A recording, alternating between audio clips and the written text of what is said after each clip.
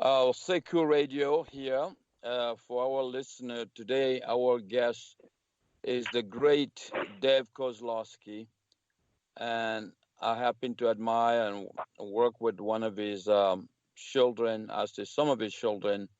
I know uh, Dave Kozlowski's son, who is now a tennis pro himself. His second child, a daughter who played tennis, and Carolyn, Virginia was my favorite. Where is it, Carolyn, Virginia now, Dave? Well, they are living in Charlotte. In They Charlotte, North recently Carolina. moved from Atlanta to Charlotte. My son-in-law, Andy, is a delightful guy and a very successful corporate businessman. So they've been able to live in some very nice areas, including Dallas and Chicago, Atlanta, and now headquarters in Charlotte. I also noticed that you work with special kids, special children. I saw you doing some program. What is your intake on an involvement of special kids in tennis?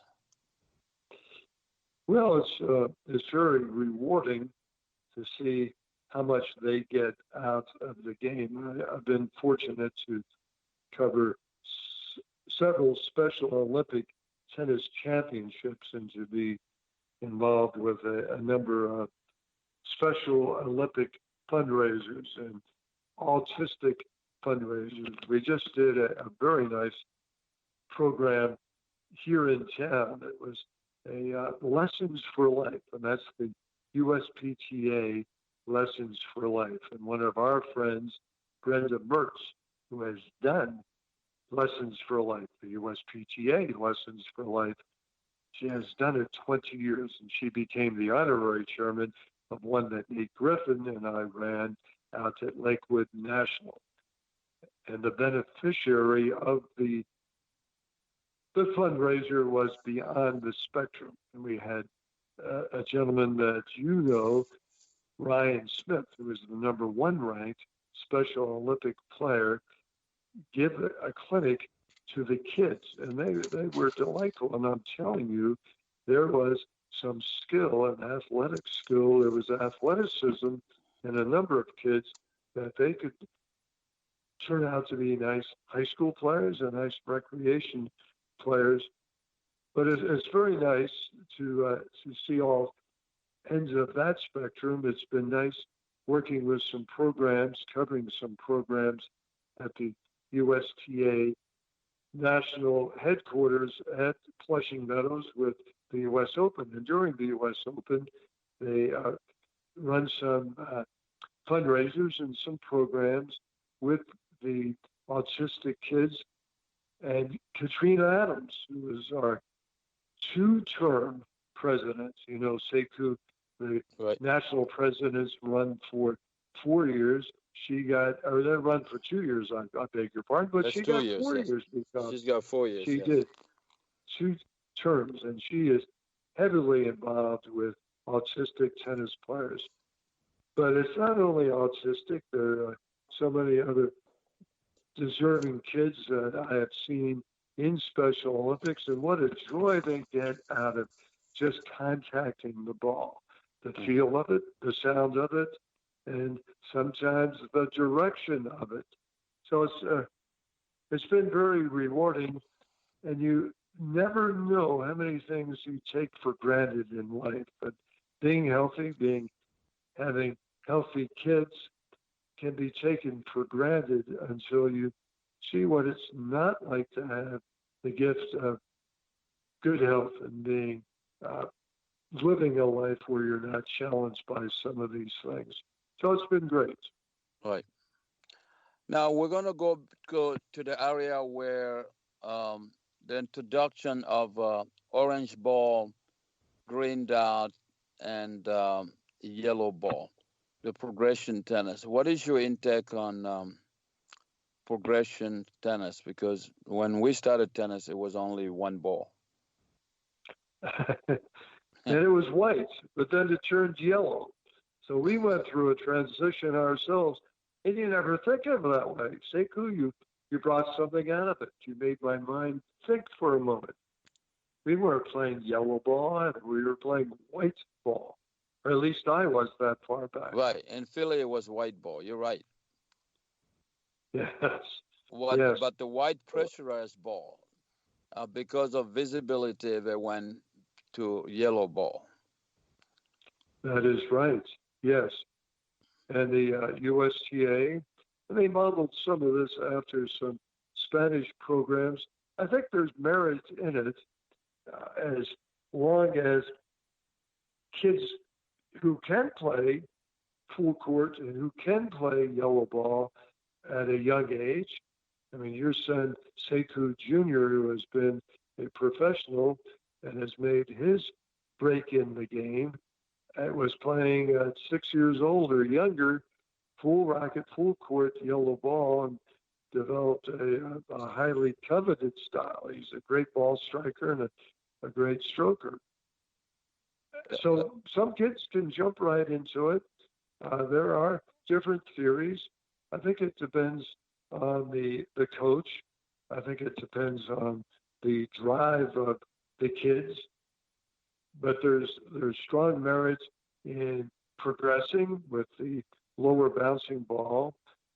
I think the trick is to get them to rally the ball, because a coach starts with a certain look, and the look represents the technique. And after there's a nice resemblance of a stroke, doesn't have to be textbook perfect, but a nice resemblance, then needs to go into the feel. So you have the look, the stroke, then you have the feel. How many times can I deliberately hit it back with basically the same swing back and forth with someone? And that's the slower ball does help in that area. So I see great merit.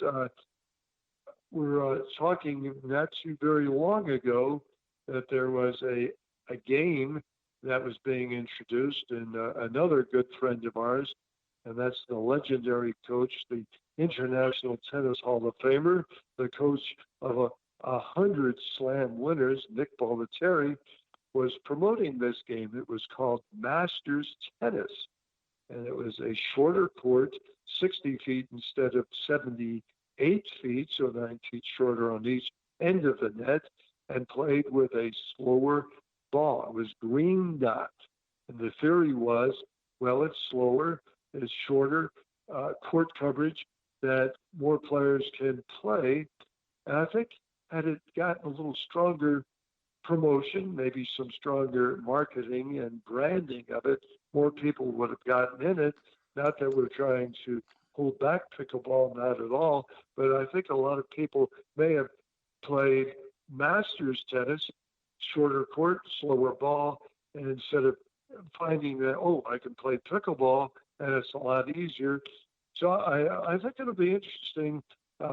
Pickleball is doing extremely well, and the welcoming parts of pickleball are you don't need to have the heavy instruction that sometimes it takes to master some efficiency in tennis.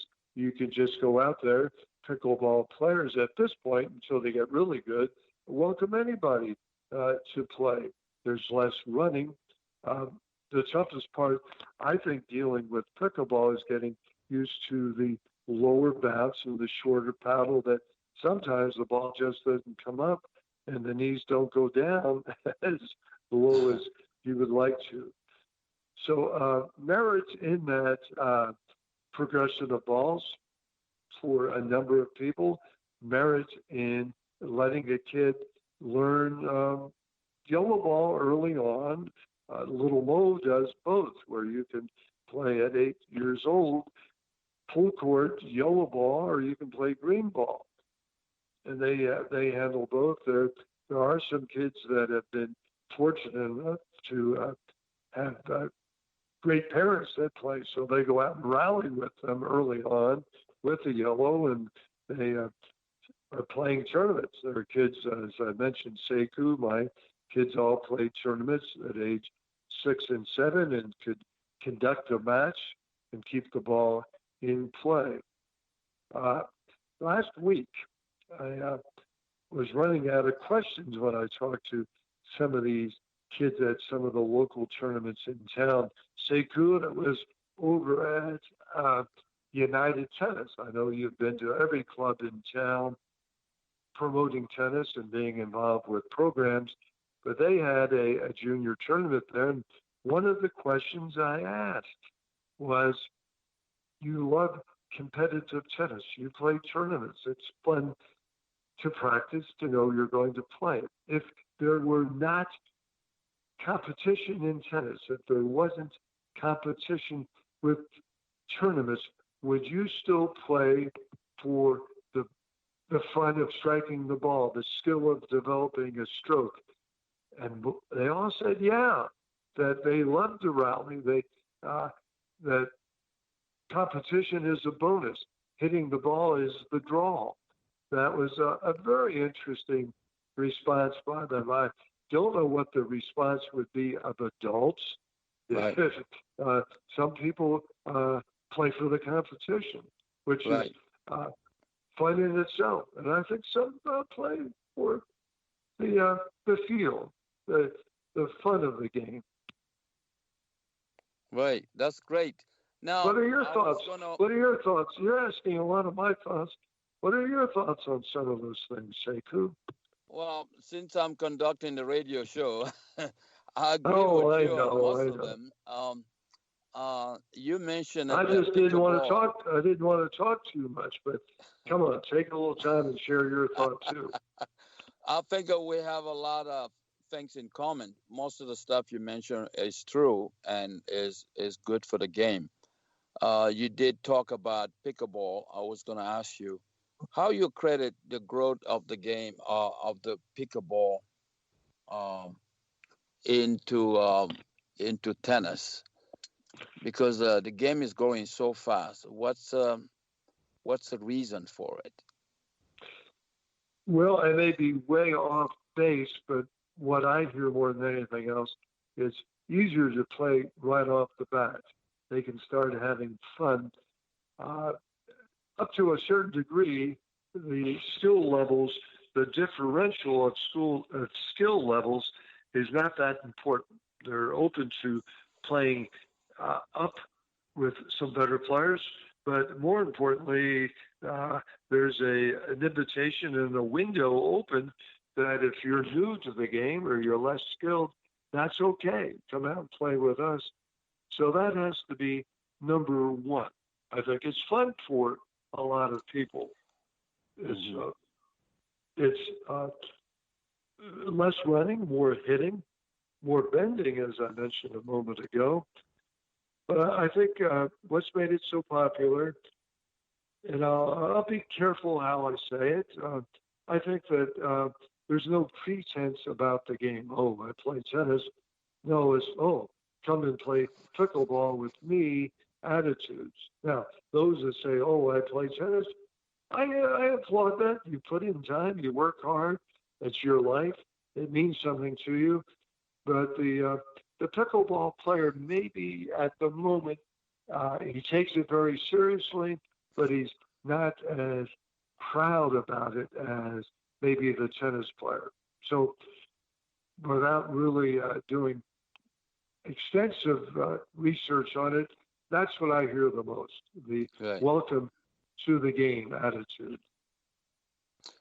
Now we're gonna go to international level. The purse, the money with the men's and the girls. What is your intake on giving females and the male the same amount of money for prize money? Well, each year that we add on to the calendar, equal rights gains more stability and credibility and more support and a little more demand that we work hard in any industry, medicine, law, business, that people need to be not judged on gender, but on production. Now, to address your question about equal rights for money, The only